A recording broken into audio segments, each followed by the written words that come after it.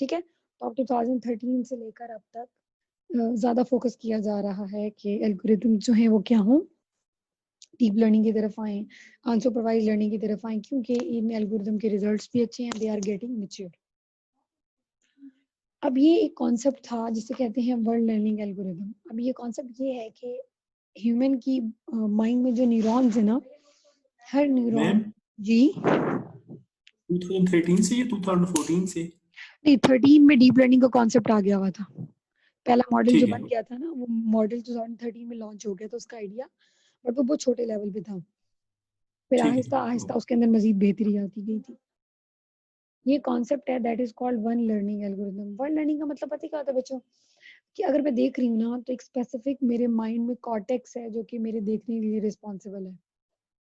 इसी तरह मेरे ह्यूमन के ब्रेन में एक और स्पेसिफिक कॉर्टेक्स है जिसकी बेस पे वो बोल सकते हैं या सुन सकते हैं। इस बात का मतलब ये हुआ कि all cortex are no doubt they are connected, but each cortex is playing another specific type of role in performing any duty. अब इस बात का क्या मतलब है, उन्होंने क्या किया, उन्होंने रैबिट पे एक एक्सपेरिमेंट किया और उन्होंने उसकी सुनने वाली जैसे कॉर्टेक्स है ना, समझे, उसे रिमूव कर दिया। तो जब इस कॉर्टेक्स को रिमूव किया गया, तो इस सब के बावजूद ह्यूमन के पास ये कैपेबिलिटी थी, या उसको रैबिट के पास ये कैपेबिलिटी थी कि वो क्या कर सकता था, वो देख सकता था। देख सकते। इसी तरह जब उसकी इस कॉर्टेक्स को रिमूव किया गया और ये कॉर्टेक्स ऑपरेशनल थी, तो फिर ये हुआ, तो फिर ये चीज हुई कि वो देख तो नहीं सकता था, बट स्टिल वो क्या कर सकता था, सुन सकता था। तो वन लर्निंग एल्गोरिथम का मतलब ये है कि हर individual neuron is responsible for performing any set of operations. ठीक है, ईच न्यूरॉन इज इंडिपेंडेंट। तो एक न्यूरॉन के अफेक्ट होने से बाकी न्यूरॉन्स की वर्किंग पे फर्क नहीं पड़ता। इसी तरह देखें, अगर उसका सेंस करने का या टच करने का कॉर्टेक्स रिमूव किया गया, स्टिल दैट इज एबल कि वो क्या कर सके, देख सके, देख सके। देख सके। तो ओवरऑल इस थ्योरी का मतलब क्या है कि हर इंडिविजुअल कंपोनेंट अपना इंडिविजुअल टास्क परफॉर्म करता है, और एक पोर्शन को रिमूव कर देने से किसी और पोर्शन पे फर्क नहीं पड़ता। नहीं आता। ये सिर्फ जर्नल इंफॉर्मेशन है। अगर आप लोगों में से कुछ स्टूडेंट्स ने बायो पढ़ी हुई है तो उन्हें पता होगा कि एक न्यूरॉन होता है, न्यूरॉन यस की मैम। कुछ सेट ऑफ इनपुट्स होती हैं, ठीक है, और उन इनपुट्स को हम लोग क्या कहते हैं, what they are called dendrites. ठीक है, वो डेंड्राइड्स मिलके कोई एक्सियन बनाती हैं। एक्सियन अगर मैं आप लोगों की जबान में बात करूँ ना मशीन लर्निंग में, तो that activation function is actually called axion. ठीक है, और ये एक्सियन हमें कोई ना कोई आउटपुट देता है, and that is called output wires. ठीक है, तो ह्यूमन ब्रेन में भी we have set of neurons, एक की इनपुट प्रोसेस किया आउटपुट, अगले की आउटपुट अगले की इनपुट, और ये प्रोसेस यानी एक की इनपुट अगले की आउटपुट बन रही होती है। ठीक है, और ये प्रोसेस कंटिन्यूसली हो रहा होता है। जिस तरह ह्यूमन की बॉडी मैसेजेस पास करके या फिर सिग्नल्स पास करके मूव होती है, सेम इसी तरीके से ह्यूमन ब्रेन में what we have set of neurons. तो यही कॉन्सेप्ट है, एक जगह से इंफॉर्मेशन को लेकर किस तरीके से step by step forward move कराना है, और फिर उसके अगेंस्ट आउटपुट्स वगैरह जनरेट करनी है। तो ये जो तमाम चीज़ें हैं, these are called the neuron. और इसी न्यूरॉन के कॉन्सेप्ट को मशीन लर्निंग में न्यूरल नेटवर्क के कॉन्सेप्ट में तब्दील किया गया है, क्योंकि न्यूरल नेटवर्क के अंदर भी what you have some set of inputs and you have some set of outputs. एक की आउटपुट अगले की इनपुट, और ये प्रोसेस कॉन्टिन्यूसली चलता रहेगा। मैम जी, क्या ये रीइंफोर्स लर्निंग से रेलेवेंट है, जिसके अंदर हम स्टेजेस, प्रिलिमिनरी स्टेजेस होती हैं, प्रीवियस कॉन्सिक्वेंसेस, नेक्स्ट की, और अ ये काइंड उससे ऑफ, किस हद तक? कुछ हद अ तक, काइंड पूरा ऑफ। नहीं, अ काइंड ऑफ, पूरा नहीं। क्योंकि अगर वो पूरा हो गया ना, लाइक वो अपने एक्सपीरियंस की बेस पे लर्न करने लग गया, तो that is reinforcement learning. Yes. ठीक है, तो it's a kind of, but not कहाँ एग्जैक्टली। पे boundary होगी कि कहाँ पर हम इसे न्यूरल नेटवर्किंग कहेंगे और कहाँ पर हम इसे रीइंफोर्स लर्निंग के रेलेवेंट बात करेंगे?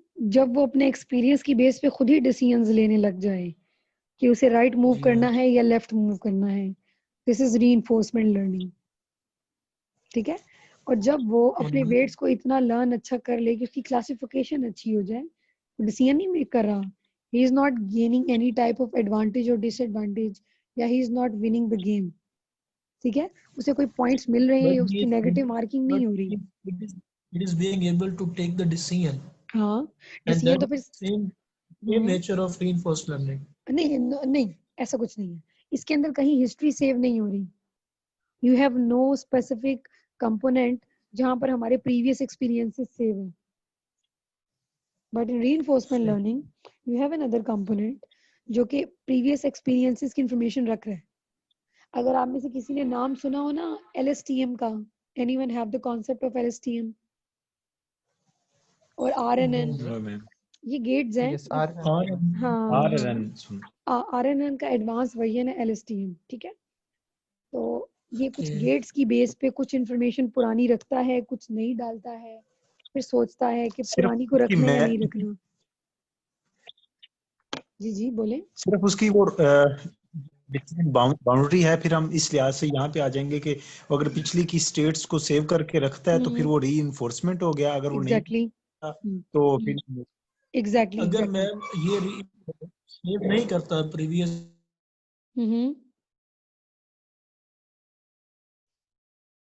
आवाज इन्फ्लुएंसेस को स्टोर करने की बेसिस पे हम रिजल्ट्स या आउटपुट्स इन्फ्लुएंसेस। खुरम आपकी आवाज मुझे बहुत कट रही है, कुछ समझ नहीं आया है, कैन यू रिपीट?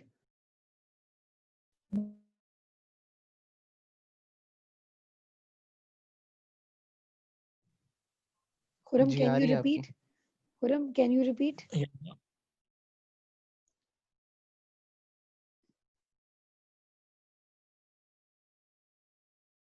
एक्सपीरियंसेस को स्टोर नहीं करता है, then how is it relevant to the human learning in which we store previous experiences and make decisions about them? On the basis of weights. There are some mathematical Just on- terms, some specific numbers. जब वो numbers को formulate कर दिया जाता है, तो yes, he can make the decisions नहीं, sorry, he can make the predictions. He can make predictions. It's not about decisions. Prediction. और वो prediction हमारी या तो classification के Okay, केस ma'am. में हो जाती है, या फिर वो हमारी regression के केस में चली जाती है, ठीक है? Are you talking about fuzzy logic? No, it's not like fuzzy logic. अभी fuzzy logic पे तो गए ही नहीं, that is totally out of the way thing. वो totally एक different चीज है, ठीक है? fuzzy logic बिल्कुल different है, वो Okay, थोड़ा ma'am. based पे चली जाती है, वो अभी इसके साथ कहीं नहीं मिल रही है, ठीक है? Okay, ma'am. Okay, ma'am. अच्छा, ये जो बेसिक चीजें बताई है ना, ये ब्रेन वाली और ये वो, ये आपने याद नहीं रखनी है, सिर्फ समझाने मकसद है इनका, ठीक है? बताऊंगी आगे से, आप लोगों को चीजों का पता होना चाहिए, सिर्फ एक कॉन्सेप्ट देने की कोशिश की है। जरा ये इन्फॉर्मेशन एक बार रीड आउट करें, then I will discuss this.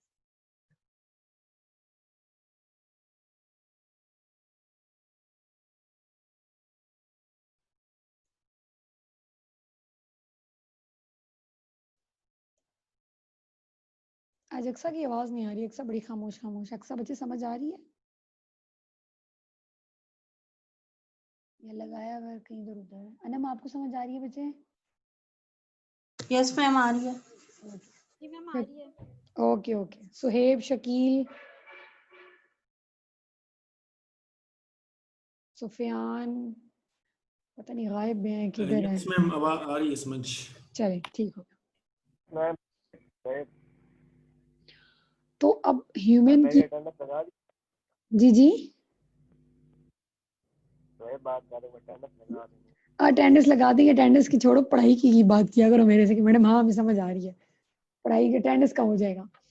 अच्छा, अब आपने देखा कि ठीक है, अब आपने ये चीज देखी, you have some inputs and you have some outputs.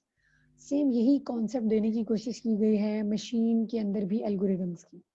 अब कैसे कॉन्सेप्ट देने की कोशिश की गई है मैं आपको समझाती हूँ। यू हैव सम इनपुट्स, ठीक है, and what these inputs are called, these are called features. अच्छा, बॉक्स के अंदर लिखने हैं, ठीक है, अभी वो पूरा नहीं आएगा इसलिए मैंने बाहर लिख दिया। चलो, यू हैव 4 इनपुट्स, ठीक है, ये इनपुट्स ऐसे करके कोई ना कोई आउटपुट प्रोड्यूस कर रही है, ठीक है। हर इनपुट हर दूसरे के साथ कनेक्टेड है। ये जो आपको पॉइंट्स नजर आ रहे हैं ना जी, ये तो फॉरवर्ड न्यूरल नेटवर्किंग है ना? हाँ ठीक हो। ठीक है। सपोज ये 4 नोड्स हैं, इन 4, अच्छा ये जो नोड्स हैं, मैं लफ्ज इस्तेमाल करूंगी नोड या न्यूरॉन, ठीक है। यू हैव 4 इनपुट्स, ठीक है। ये 4 इनपुट कन्वर्ट्स हो गई 2 आउटपुट्स में, और ये 2 आउटपुट्स कन्वर्ट हो गई एक सिंगल आउटपुट में। This is a kind of neural network, ठीक है। इस न्यूरल नेटवर्क की कितनी इनपुट्स थी? 4, और कितनी आउटपुट है? 1। और दरमियान में आपके पास क्या चीज होती है? ये जो चीज आपके पास सेंटर में होती है ना, this is called hidden layer, ठीक है। You have input layer, you have some output layer, और इसके दरमियान में जितनी भी लेयर्स आ जाएंगी, these are called hidden layers. अब होता क्या है, अब थोड़ा सा एक छोटा सा स्केच बनाती हूँ। हर इनपुट कहीं ना कहीं, अगर आपको याद हो ना, आप लोग ये काम परफॉर्म करते हैं, ऐसे ही है। Yes ma'am. तो यहाँ पर भी आपने वही काम करना है। You have some x1 x2, it means but you have some θ1, you have some θ2। आप इस इनपुट को इसके साथ मल्टीप्लाई करेंगे, इस इनपुट को इसके साथ मल्टीप्लाई करेंगे, और एट द एंड इन दोनों की मल्टीप्लिकेशन के बाद आप लोग उनका क्या ले लेंगे? सम ले लेंगे, ठीक है। लाइक अगर आपके जहन में लॉजिस्टिक रिग्रेशन का कॉन्सेप्ट याद हो ना, तो यहाँ पर भी कहीं ना कहीं न्यूरल नेटवर्क्स के अंदर भी जो हमारा एक्टिवेशन फंक्शन कैलकुलेशन तो सारी वही हो रही होती है ना? हाँ, असल में वही काम हो रहा होता है, लेकिन वो काम लेयर्स पे डिवाइड हो जाता है। लेयर पे डिवाइड होने की वजह से हमारी फीचर एक्सट्रैक्शन और मैच्योर हो जाती है। यस। वो चीज रिपीटेडली हो रही होती है। अच्छा, और होता पता है क्या, जो स्टार्ट की फीचर्स होंगे ना, वो होती है लो लेवल, ठीक है। लो से हम जाते हैं मिड लेवल फीचर्स की तरफ, और मिड से हम लोग किसकी तरफ जाते हैं? हाई लेवल फीचर्स की तरफ। यानी तुम लोग ये समझो कि अगर तुम लोगों की एजेस जब बन रहे हैं ना किसी पिक्चर की एजेस, तो दिस इज लो। जब एजेस के बाद कुछ शेप बनने लगे, फॉर एग्जांपल आंख की, तो दिस इज मिड। और जब आंख के साथ और कंपोनेंट्स को कंबाइन करने की कोशिश कर रहे हैं, तो ये क्या है? High level. याद रखना, न्यूरल नेटवर्क जितना ज्यादा डीप होता जाएगा, वो उतना अच्छा होता जाएगा। लेकिन अच्छा होने के साथ साथ वो उतना ही कॉम्प्लेक्स होता जाएगा। जितनी उसकी लेयर्स बढ़ती जाएंगी, उतनी उसकी कॉम्प्लेक्सिटी बढ़ती जाएगी, लेकिन वो उतना मैच्योर होता जाएगा। और टाइम टेकन भी ज्यादा टाइम होगा। टेकिंग भी बहुत ज्यादा है। हाँ, देखो ना, एक न्यूरल नेटवर्क है जिसकी 3 लेयर्स हैं, और एक न्यूरल नेटवर्क है जिसकी 10 हिडन लेयर्स हैं, तो दोनों में अच्छा खासा डिफरेंस है। क्लियर है? और एक और, अच्छा मुझे बताओ, क्या जरूरी है कि हमेशा इनपुट्स जो है वो 4 ही रहे? We can have any number of inputs, ठीक है। अच्छा, अगर इस न्यूरल नेटवर्क में से मैं ये सवाल करूं कि हिडन लेयर के कितने न्यूरॉन्स हैं, तो मुझे बताएं जी सुहेब, कितने न्यूरॉन्स हैं? जी सुहेब बच्चे,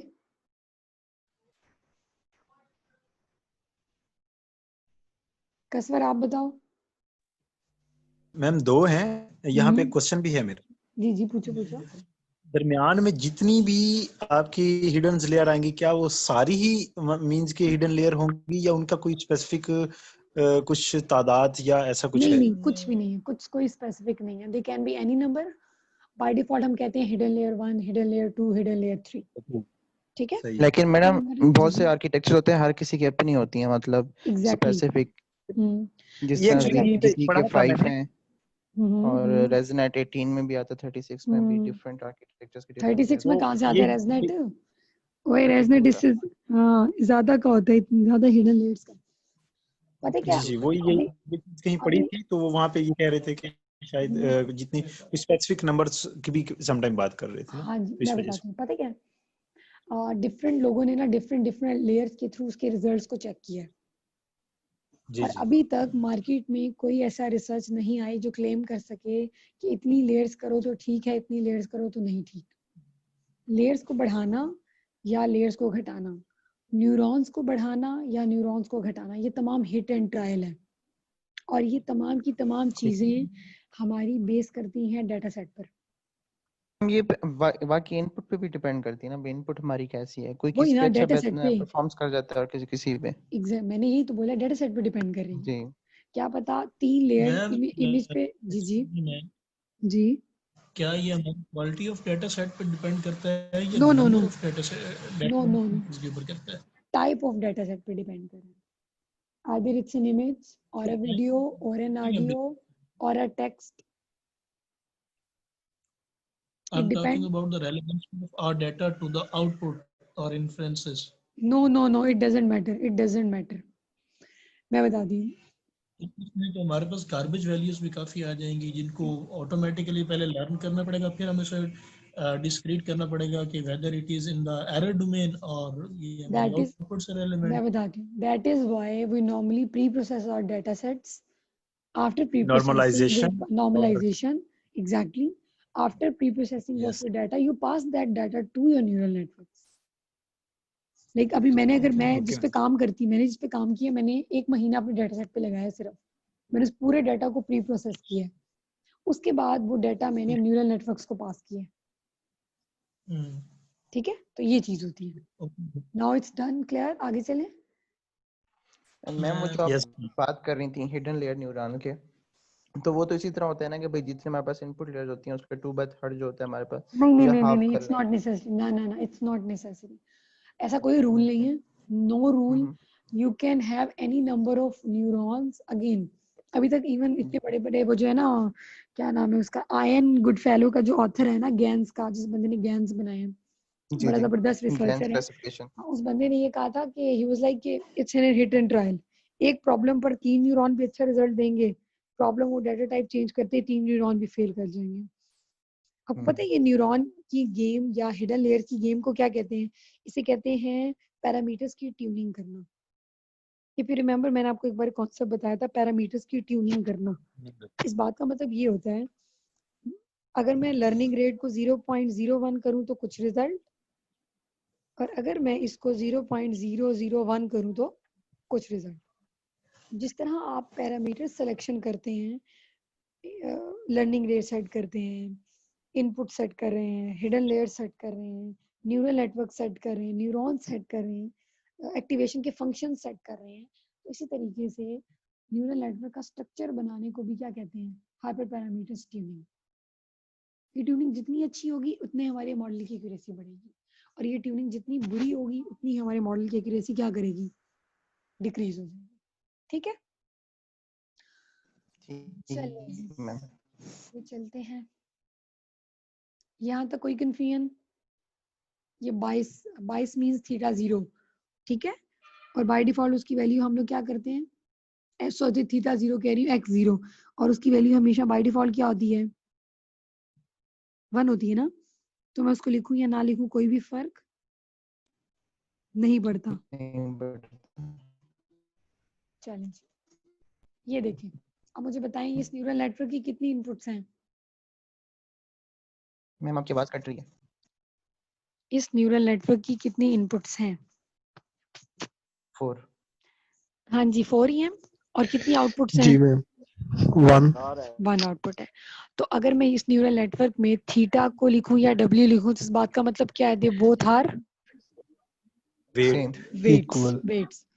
और इसी बात को मैं अगर इस तरह करके रिप्रेजेंट करूं तो कोई इशू तो नहीं है? नो। और अगर मैं थीटा को ऐसे करके लिख लूं तब भी कोई इशू नहीं है? जी ठीक है। और यहाँ पर ये जो काम है ना, इसे कहते हैं सम ऑफ प्रोडक्ट। क्या बोलते हैं? सम ऑफ प्रोडक्ट। तो हम भी तो यही करते हैं। हम क्या करते हैं? हम x0 के साथ मल्टीप्लाई करेंगे w0 को, x1 के साथ मल्टीप्लाई करेंगे w1 को, x2 के साथ मल्टीप्लाई करेंगे w2 को, और x3 के साथ किसको मल्टीप्लाई करेंगे? w3 को। और उसके बाद उस पर क्या अप्लाई कर देंगे? ट्रांसपोज तो हो गया ना। हमने क्या अप्लाई कर दिया? Logistic regression. ठीक है। और लॉजिस्टिक रिग्रेशन अप्लाई करने का मतलब ये है, what you have activation function. ठीक है, logistic regression is actually your activation function. यहाँ तक कोई कंफ्यूजन? No ma'am. ओके, अच्छा ये एग्जांपल ना हम लोग कल स्टडी करेंगे, अभी फिलहाल के लिए इतना ही काफी है। ठीक है, अभी तक के लेक्चर में किसी को कोई मसला? No issue. Okay, all clear हो गया ना?